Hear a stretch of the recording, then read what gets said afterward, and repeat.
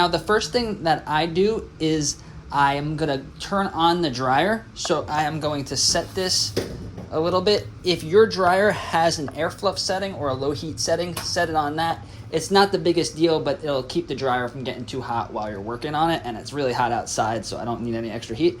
And then we're gonna take a piece of paper to test our airflow. This is the best way to test your airflow. So this is the dryer I'm using. It's a pretty standard GE with the lint tray in here. If you're testing the airflow and you have a dryer where the lint tray comes out up there, then you're simply going to hold the paper there, but I'm gonna show you how to do it for this. So in order to keep this dryer on while the door's open, you're gonna have to hold in a button that's gonna look like this, and then we are going to press start. So now the dryer is going, and how this works is there's a fan in here that's supposed to be pulling the air in, and then it blows it out of your house. So we're gonna take our paper, and you see how hard that's getting stuck there? That means we have pretty good airflow. But if you did this test and the paper wasn't sticking, then you know you have a problem with the airflow of your dryer.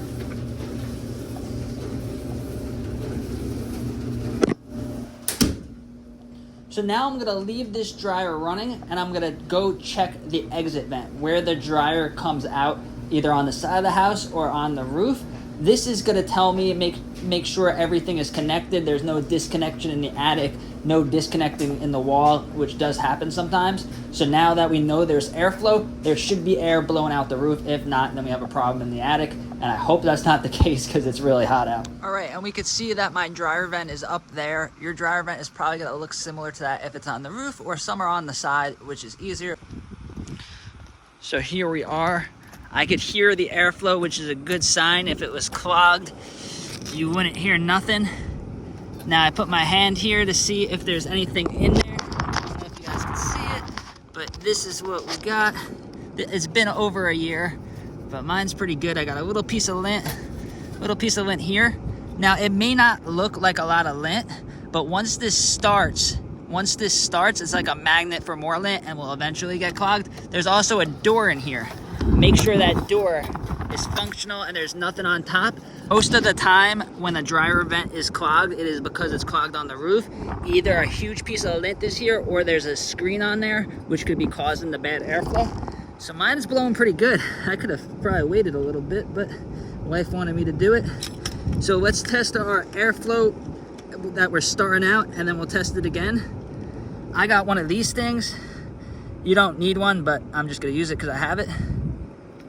Airflow is that way.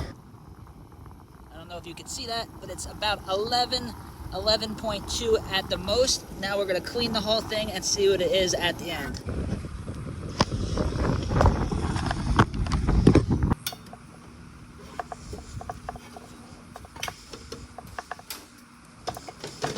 All right, so we know we got airflow on the roof, about 11 miles an hour. Everything's connected, and now it's time for the fun part, which is the cleaning.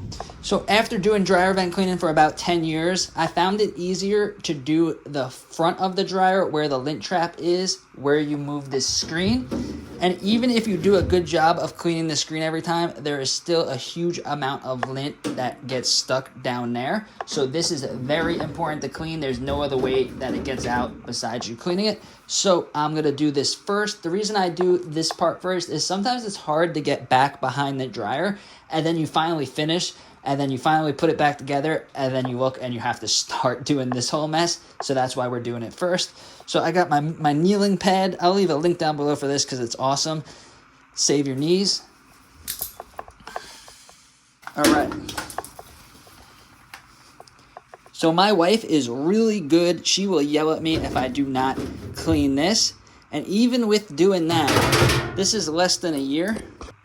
Look at all that stuff. It goes all the way in, super dangerous, completely filled with flammable lint. Very important to clean this, and I'm going to show you how. So like I said before, we don't need gizmos and gadgets. We just need our thin 1 footer, maybe 1.5 feet, put that on our vacuum, and then we're going to use this brush. I have this light pointed down in there. Make sure it's not going to fall in there because it's kind of annoying to clean, but you can see how nice and lit up it is down there. And then now I'm going to knock off all of the dirt with the brush and then vacuum it up with the vacuum. The stuff in the back that I can't reach, I'm going to use the other side and I'm going to kind of push it over. And then also, if you look over here, it gets really dirty on here. So how to clean that up is you take the vacuum and you're going to do it from this side because that's where the lint gets on there. So you want to vacuum it like that to get rid of all that lint caught there. And then you could also use your brush at the same time. So I just want to show you what comes out with just the brush so you get an idea of how important this is to clean.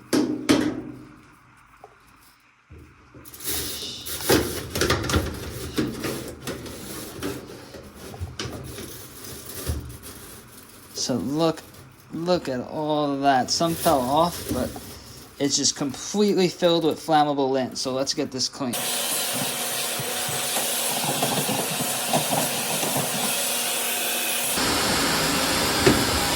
Now, an overlooked part is going to be on the door here.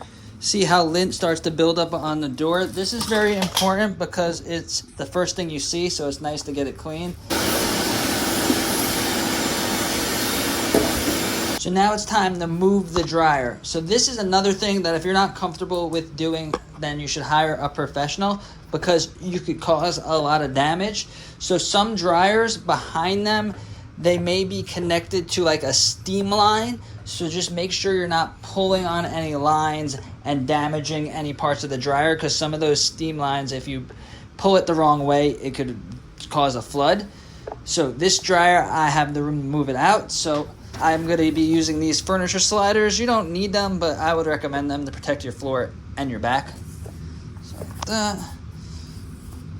Like that.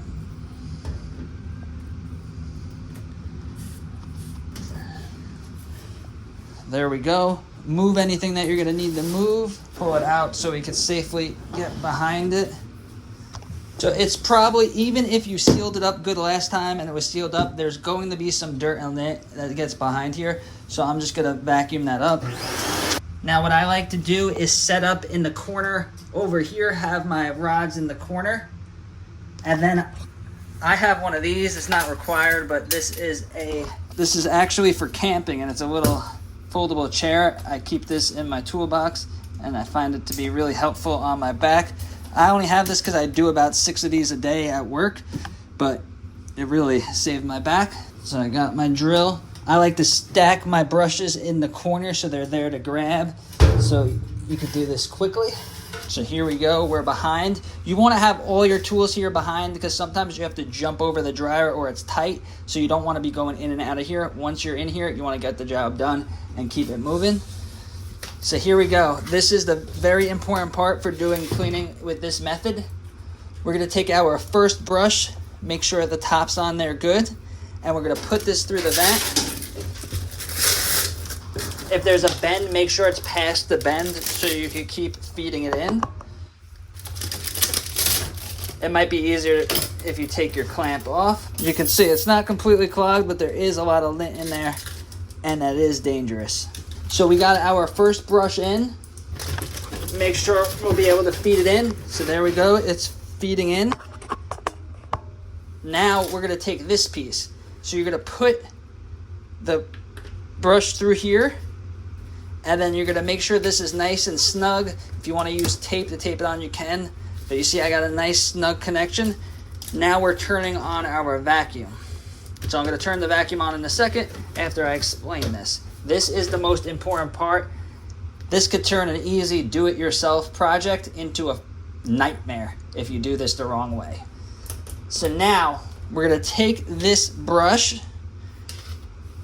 The easy way to do it is to put it on your drill, tighten it, and then now we're going to put it in here and tighten it. Do not, under any circumstances, put your drill in reverse. These are threaded in, and if you put your drill in reverse at any time, you're going to get your brush stuck in the vent Now, I made videos on how to get it out, but it is really annoying and takes a long time. So every time you put a brush in, like this, put the brush in, it's spinning clockwise, and then now we're gonna put the next one in. And you may be asking yourself, how do I know when we're at the top? Look what happens when I turn the vacuum on.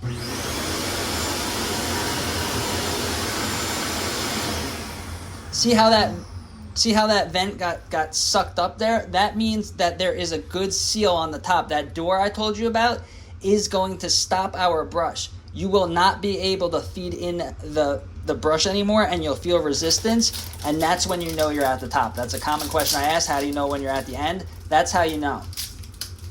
Unless you have like a side vent that has no opening or something's wrong and it's a wide open hole, then you may reach the end. But for most cases, you will hit the top. So I'm going to turn the vacuum on and watch how fast I could do these, because I do so many of these in a day.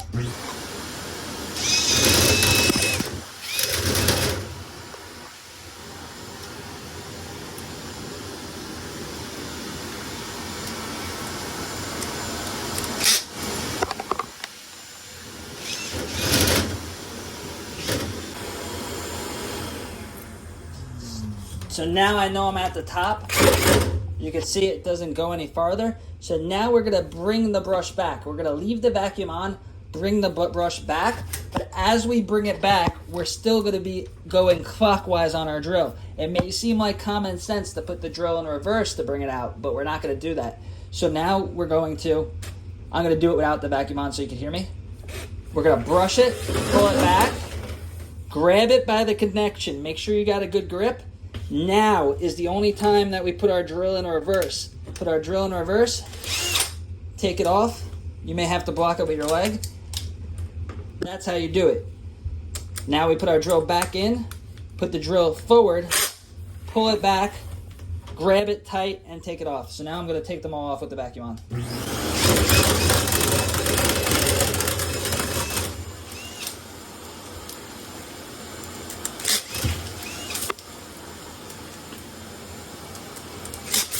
And remember how I told you to feed it in past this transition vent to get in there so you could feed it in? So now we didn't brush here. So now we're going to turn the vacuum on and we're going to brush the inside of here really good.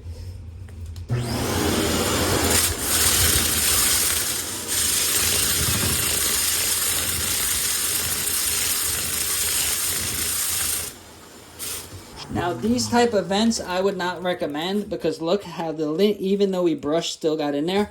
So I'm just going to clean it out with this. I would recommend getting dryer flex. I'll leave a link down below so you guys can get it. It's the safest dryer vent.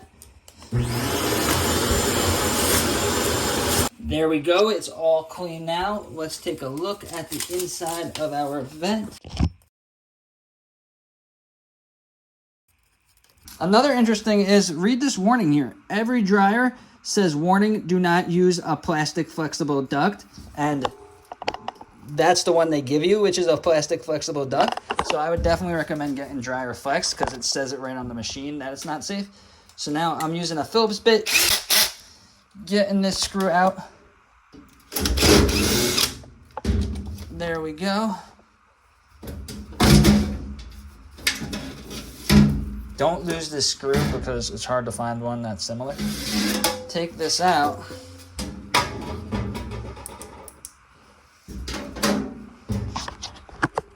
Now let's see. So it takes a while for this to get clogged.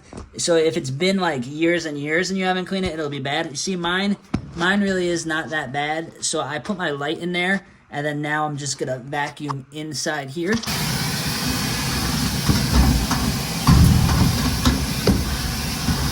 There we go, nice and clean. Now we're gonna put this pipe back on. This goes like this. Now you're gonna need a light, put a light in here, and then you want it to go on top of there. It may take a couple of tries, but I got it. And then we're gonna line that hole up where the screw is.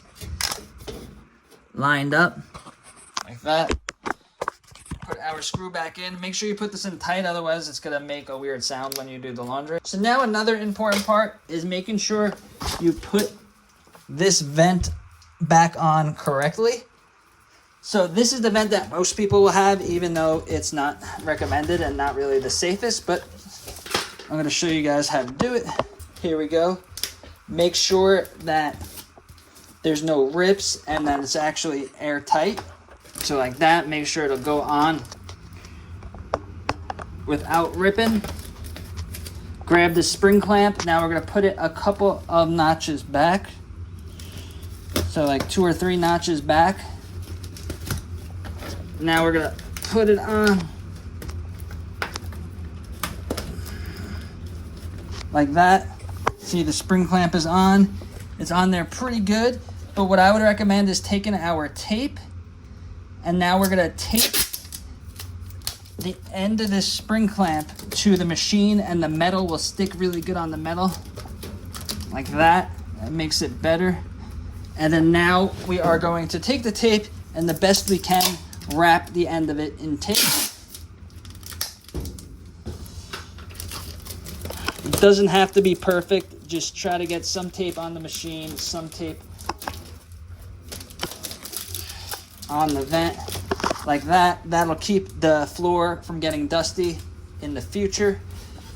All right, plug it in, turn it on, and then feel around where the vent is. Make sure no air is coming out. That's how you know you're not going to get dust back here. No air.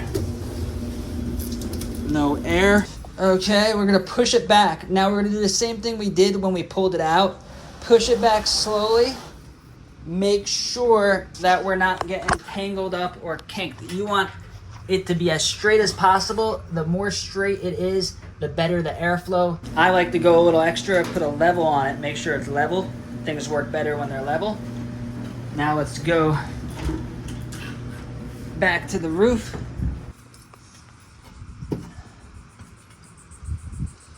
Sounds a lot louder. Let's see what we get.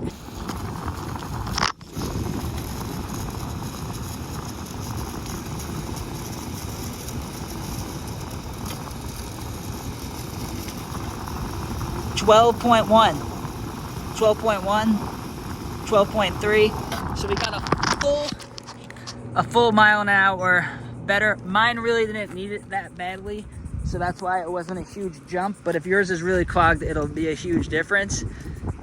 So now we're gonna go in and get the temperature.